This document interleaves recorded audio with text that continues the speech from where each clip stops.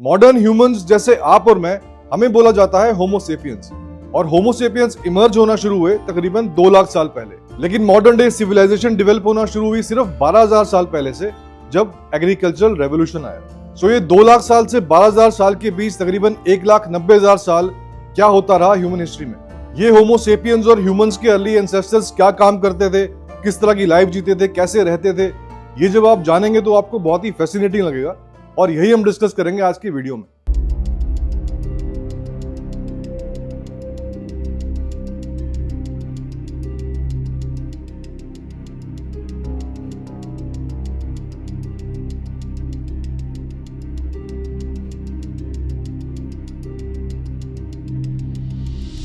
देखिए, आज के ह्यूमंस की करोड़ों की पॉपुलेशन बेसिकली होमो सेपियंस की एक बहुत छोटी सी पॉपुलेशन से इमर्ज हुई थी, जो देखी गई थी ईस्ट अफ्रीका में तकरीबन 2 लाख साल पहले। ये वो टाइम था जब होमो सेपियंस और उससे भी पहले कई हजार लाख साल तक ह्यूमंस के अर्ली एंसेस्टर्स फंडामेंटली सिर्फ 2 काम करते थे। या तो ये हंटिंग करते थे, या फिर ये फूड की तलाश में यहां से वहां भटकते रहते थे, और इसीलिए इनको बोला जाता था हंटर्स और गैदरर्स।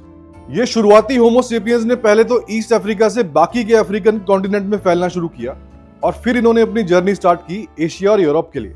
अफ्रीका के बाहर इनके सबसे पहले ट्रेसिस तो 1,20,000 साल पहले भी देखे गए थे, लेकिन 70,000 साल तक इन्होंने काफी प्रोमिनेंटली एशिया और यूरोप की तरफ बढ़ना शुरू कर दिया था। और 45,000 साल पहले तक तो ये वेल एस्टेब्लिश्ड हो चुके थे ईस्टर्न यूरोपियन प्लेन्स में और डॉन वैली में, जो आज की डेट का यूक्रेन है। और फिर ये फर्दर स्प्रेड होते रहे सेंट्रल और वेस्टर्न यूरोप में।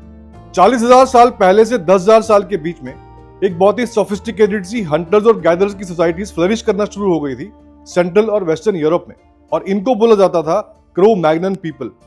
और 45,000 साल पहले का ये टाइम फ्रेम बहुत इंपॉर्टेंट है, क्योंकि इस टाइम तक इनके कुछ ग्रुप्स साउथ वेस्टर्न एशिया और सेंट्रल एशिया तक भी पहुंच चुके थे, और यही वो टाइम था जब इन्होंने पहली बार ऑस्ट्रेलियन कॉन्टिनेंट को भी टच किया था। और फिर 18,000 साल पहले तक इनके एक ग्रुप्स साइबेरिया तक भी पहुंच चुके थे। अब सवाल ये आ जाता है कि इनको अफ्रीका के बाहर इतने बड़े तादाद में जाने की जरूरत क्या पड़ी, इनका मोटिव क्या था।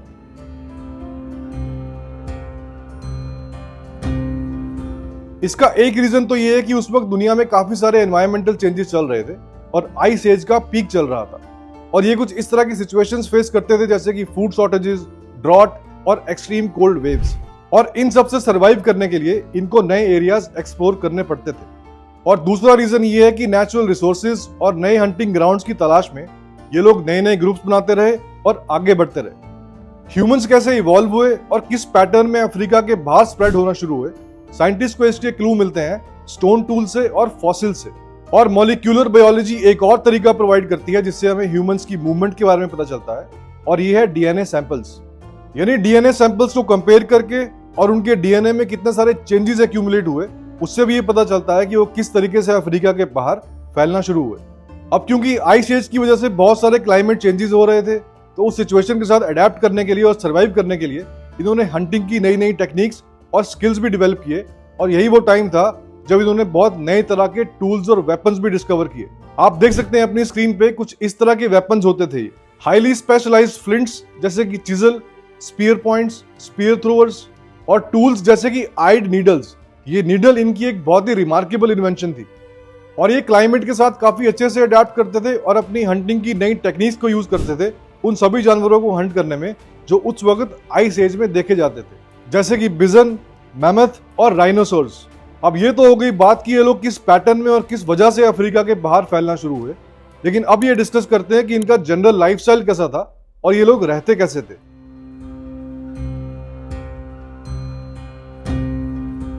इस प्री एग्रीकल्चरल वर्ल्ड में ज्यादातर लोग छोटे छोटे बैंड्स में रहते थे, और इनके बैंड्स के नंबर वेरी करते थे 50 से 500 के बीच में। और ये बैंड्स के मेंबर बहुत क्लोज हुआ करते थे आपस में, और अपनी पूरी लाइफ सराउंडेड रहते थे फ्रेंड्स और फैमिलीज से। यानी लोनलीनेस और प्राइवेसी जैसी कोई चीज थी ही नहीं। और किसी बड़े एरिया में कई सारे बैंड्स होते थे, और कभी कभी एक बैंड के लोग दूसरे बैंड के साथ मिलकर हंटिंग करते थे या फिर अपने रिलीजियस फेस्टिवल्स को सेलिब्रेट करते थे। और इस तरह की कम्युनिटीज और कोऑपरेशन एक बहुत ही इंपॉर्टेंट ट्रेडमार्क था होमो सेपियंस का, जिसने इन्हें बाकी ह्यूमन स्पीशीज से बहुत ही अलग कर दिया था। ये लोग किसी एक जगह नहीं रहते थे और रोम करते रहते थे यहाँ से वहां फूड की तलाश में, और इनके पास हमारी तरह घर और गाड़ियां नहीं होती थी, इसलिए ये अपने घर चेंज करते थे हर दिन, हर हफ्ते और हर महीने। इनकी मूवमेंट्स इन्फ्लुएंस होती थी चेंजिंग सीजन से, या फिर किसी और बैंड के साथ इनका वायलेंट कॉन्फ्लिक्ट हो जाए, या फिर जहां जहां इनको फूड मिलता रहता था वैसे वैसे अपने टेरिटरीज के बाहर के एरियाज को एक्सप्लोर करना शुरू कर देते थे। कुछ एक्सेप्शनल केसेस में जहां पे फूड सोर्सेज की कुछ कमी नहीं होती थी वहां पे कभी कभी अपने सीजनल और परमानेंट कैंप्स भी बना लेते थे। मोस्ट इंपॉर्टेंटली ये किसी सी या रिवर के पास के एरिया में अपने परमानेंट कैंप्स बनाते थे ताकि ये वहां पे फिशिंग कर सकें और इन्हें पानी मिलता रहे। और ये बोला जाता है कि ह्यूमन हिस्ट्री के सबसे पहले पहले परमानेंट सेटलमेंट्स ये फिशिंग विलेजेस ही थे। फॉर एग्जाम्पल सबसे पहले पहले फिशिंग विलेजेस इंडोनेशियन आइलैंड्स के कोस्टल रीजन में देखे गए थे कुछ 45,000 साल पहले। और बहुत सारी स्टडीज ये बताती हैं कि इसी एरिया को इन्होंने एक बेस की तरह यूज किया 45,000 साल पहले जब इन्होंने ऑस्ट्रेलिया के लिए अपनी जर्नी स्टार्ट की। अब ये सब देख के हो सकता है आपको ऐसा लगे कि इनकी लाइफ कितनी टफ होती थी, लेकिन ऐसा नहीं है। ये लोग दिन में सिर्फ 4-5 घंटे काम करते थे, हंटिंग की, अपने खाने का इंतजाम किया और फिर अपने ग्रुप्स के साथ टाइम स्पेंड करते थे। और ये लोग बहुत ही न्यूट्रिशियस खाना खाते थे। एग्रीकल्चरल रेवोल्यूशन के बाद जहाँ पे ज़्यादातर लोग सिर्फ कुछ गिने चुने फूड प्रोडक्ट्स के ऊपर ही रिलाई करते थे जैसे कि वीट, पोटैटो, राइस, इन लोगों के पास एक बहुत ही वाइड वैरायटी हुआ करती थी, नट्स से लेकर फिश, प्लांट्स और अलग अलग तरह के जानवर। कुछ फॉसिलाइज्ड स्केलेटन्स के एविडेंसेस ये इंडिकेट करते हैं कि एंशिएंट होमो सेपियंस में माल न्यूट्रिशन और स्टारवेशन के ज़्यादा केसेस नहीं देखे जाते थे। इनकी लाइफस्टाइल रीजन टू रीजन और सीजन टू सीजन डिपेंड करती थी, लेकिन ऑन द होल ये एक बहुत ही कंफर्टेबल और रिवॉर्डिंग लाइफस्टाइल जीते थे। अब ये लाइफस्टाइल दिखने में तो अच्छा लगता है, लेकिन एट द सेम टाइम इसे आइडियलाइज नहीं किया जा सकता, क्योंकि उस वक्त एक छोटी सी बीमारी भी डेथ सेंटेंस की तरह होती थी, क्योंकि इलाज नहीं होता था और मेडिकेशन नहीं होती थी। अब यहाँ से स्प्रेड होते होते ये लोग फाइनली पहुंचते हैं अमेरिकाज तकरीबन 15,000 साल पहले। अब आर्कियोलॉजिस्ट में बहुत लंबे टाइम तक ये डिस्प्यूट रहा कि अमेरिकाज में सबसे पहला सेटलमेंट कब हुआ था, लेकिन जेनेटिक एविडेंस की थ्योरी के हिसाब से नेटिव अमेरिकन साइबेरिया से आए थे। नेटिव अमेरिका और नॉर्थ ईस्ट एशिया में लैंग्वेजेस में तो सिमिलरिटीज हैं ही, यहाँ तक कि बेरिंग स्टेट्स की दोनों साइड्स में स्टोन टूल्स में भी काफी सारी सिमिलरिटीज देखने को मिली हैं। आप देखिए मैप पे, ये है बेरिंग स्टेट्स। और साइंटिफिक थ्योरीज के अकॉर्डिंग पहले पहले होमो सेपियंस जो अमेरिकाज पहुंचे थे वो पैदल चल के आए थे, क्योंकि उस वक्त सी लेवल्स बहुत कम थे और नॉर्थ ईस्टर्न साइबेरिया और वेस्टर्न अलास्का के बीच में कनेक्टेड एक लैंड ब्रिज के थ्रू ये लोग आए थे, जिसका नाम है बेरिंजिया लैंड ब्रिज। अब आप सोचिए कि अर्ली होमो सेपियंस जिनकी शुरुआत अफ्रीका जैसे गर्म इलाके से हुई थी, उन्होंने बाद में कैसे साइबेरिया और अमेरिका जैसे बर्फीले इलाकों में भी अडेप्ट करना शुरू कर दिया। सेपियंस ने अफ्रीका से बाहर निकलना शुरू किया 70,000 साल पहले, लेकिन आइस एज के खत्म होते होते पिछले 10,000 साल पहले तक ये लोग सभी कॉन्टिनेंट्स तक पहुंच चुके थे एक्सेप्ट एंटार्क्टिका। ये डिफरेंट कंडीशंस और डिफरेंट क्लाइमेट्स के साथ अडेप्ट करते गए और नए स्किल सीखते गए अपने सर्वाइवल के लिए। और ये इनका कोई कॉन्शियस एफर्ट नहीं था कि इनको पूरी दुनिया को कॉलोनाइज करना है। जैसे हमने वीडियो में पहले भी डिस्कस किया था, कई सारे फैक्टर्स रहे थे, जैसे नेचुरल कैलामिटीज या फिर किसी और बैंड के साथ इनका वायलेंट कॉन्फ्लिक्ट हो जाना, नई नई सिचुएशंस और क्लाइमेट के साथ अडेप्ट करना और फूड की तलाश में भटकते भटकते इवेंचुअली ये लोग पूरी दुनिया तक फैल गए। अब आपके दिमाग में सवाल आ सकता है कि इन्होंने पूरी दुनिया तो घूम ली, लेकिन ये इंडिया कब आए? सो यूरोप में पहुंचने से पहले तकरीबन 1,25,000 साल से 70,000 साल के बीच में इनके कुछ ग्रुप्स ने इंडियन सब कॉन्टिनेंट में भी ट्रेवल किया था, जैसे इंडिया और पाकिस्तान, लेकिन ज्यादा एविडेंसेस नहीं है जो ये सिग्निफाई करते हैं कि इन्होंने इन एरियाज में अपनी लार्ज स्केल पे कम्युनिटीज भी डेवलप करना शुरू कर दी थी।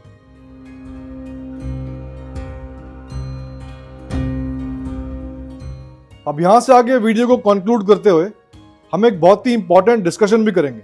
अब आप अपने हजारों साल पहले के ह्यूमन एंसेस्टर्स और मॉडर्न ह्यूमंस को कंपेयर करके देखिए और ये सोचिए कि ये लोग यहाँ वहां भटकते हुए फूड कैसे ढूंढते होंगे। ये कुछ इस तरह की इंफॉर्मेशन गैदर करते थे कि किसी एक प्लांट का ग्रोथ पैटर्न क्या है और हर वो जानवर जिसे ये हंट कर सकते थे उसका बिहेवियर कैसा है और उसमें हैबिट्स किस तरह की हैं। इनके लिए ये सब जानना बहुत जरूरी होता था कि कौन सा फूड इनको नरिशमेंट देगा, कौन सा फूड इन्हें बीमार करेगा और किस प्लांट को यूज करके ये अपना क्योर कर सकते हैं। मतलब ये ट्रायल एंड एरर प्रोसेस का यूज करते थे। ये सीजन्स की प्रोग्रेस को ट्रैक करते थे, जिससे इन्हें ये वार्निंग साइंस मिले कि कब थंडरस्टॉर्म आएगा और कब सूखा पड़ेगा। मतलब इनको सर्वाइव करने के लिए अपनी टेरिटरी का एक बहुत ही डिटेल्ड मेंटल मैप चाहिए होता था। ये खाने की तलाश में भागने वाले लोगों ने अपने सराउंडिंग वर्ल्ड की तो मास्टरी अटेन कर ही ली थी, जैसे एनिमल्स, प्लांट्स, ऑब्जेक्ट्स, लेकिन एट द सेम टाइम इन्होंने अपनी इंटरनल बॉडी और सेंसेस को भी काफी ज्यादा ट्रेन कर लिया था। मतलब ये अपने आसपास घास में होने वाली एक स्लाइटेस्ट मूवमेंट को भी रीड करते थे, ये समझने के लिए कि आसपास कहीं सांप तो नहीं छुपा हुआ है। बोलने का मतलब ये है कि ये लोग मेंटली और फिजिकली दोनों तरीके से स्ट्रांग हुआ करते थे, और उस टाइम के एक बहुत ही एवरेज हंटर के पास भी एक डीप नॉलेज हुआ करती थी अपने आसपास के सराउंडिंग वर्ल्ड को लेके। अब आप इसे कंपेयर करिए आजकल के मॉडर्न ह्यूमंस के साथ। जैसे ही सिविलाइजेशन आगे बढ़ी, मॉडर्न ह्यूमंस को बाय एंड लार्ज सिर्फ उसी काम की नॉलेज होती है जो काम वो डेली करते हैं। जैसे आईटी सेक्टर में काम करने वाले एम्प्लॉय को ज़्यादातर सिर्फ अपनी फील्ड की ही नॉलेज है, इंश्योरेंस एजेंट को अपना काम ही आता है, फैक्ट्री में काम करने वाले वर्कर को ज़्यादातर सिर्फ अपनी फील्ड की ही नॉलेज है। आजकल की इंडस्ट्रियल सोसाइटीज़ के टाइम पे ज़्यादातर लोगों को अपने आसपास के नेचुरल वर्ल्ड को समझने की ज़रूरत नहीं है लाइफ में सर्वाइव करने के लिए। अगर उन्हें लाइफ की किसी और नेसेसिटी या फिर किसी और इन्फॉर्मेशन की ज़रूरत है तो वो किसी और फील्ड के एक्सपर्ट को कंसल्ट कर सकते हैं। यानी कलेक्टिवली आज के मॉडर्न ह्यूमंस ज़्यादा जानते हैं अगर हम उन्हें कंपेयर करें उनके एंशिएंट बैंड्स के साथ, लेकिन इंडिविजुअल लेवल पे एक एंशिएंट होमोसेपियन ज़्यादा नॉलेजेबल, ज़्यादा रिसोर्सफुल और ज़्यादा स्किलफुल हुआ करता था। सो ह्यूमंस की जो जर्नी अफ्रीका में पाए जाने वाले एक छोटे से ग्रुप से शुरू हुई थी, इन्होंने अक्रॉस द ग्लोब फैलना शुरू किया और आज की डेट में इनकी लेगेसी इस लेवल तक पहुंच चुकी है कि इतनी ज़्यादा पॉपुलेशन है, इतनी डाइवर्सिटी है, इतने सारे कल्चर्स और रिलीजन है। हंटर्स और गैदरर्स की एक छोटी सी पॉपुलेशन आज भी एग्जिस्ट करती है और ये देखे जाते हैं कालाहारी डेजर्ट्स में। ये एरियाज थोड़े आइसोलेटेड और इनहॉस्पिटेबल हैं, और अगर आप इनके बारे में डिटेल में जानना चाहते हैं तो कमेंट सेक्शन में लिखिए, मैं इनके ऊपर एक सेपरेटली अलग से वीडियो बनाऊंगा। ये वीडियो देखने के लिए बहुत बहुत शुक्रिया। मैं आपसे मिलूंगा अगले वीडियो में।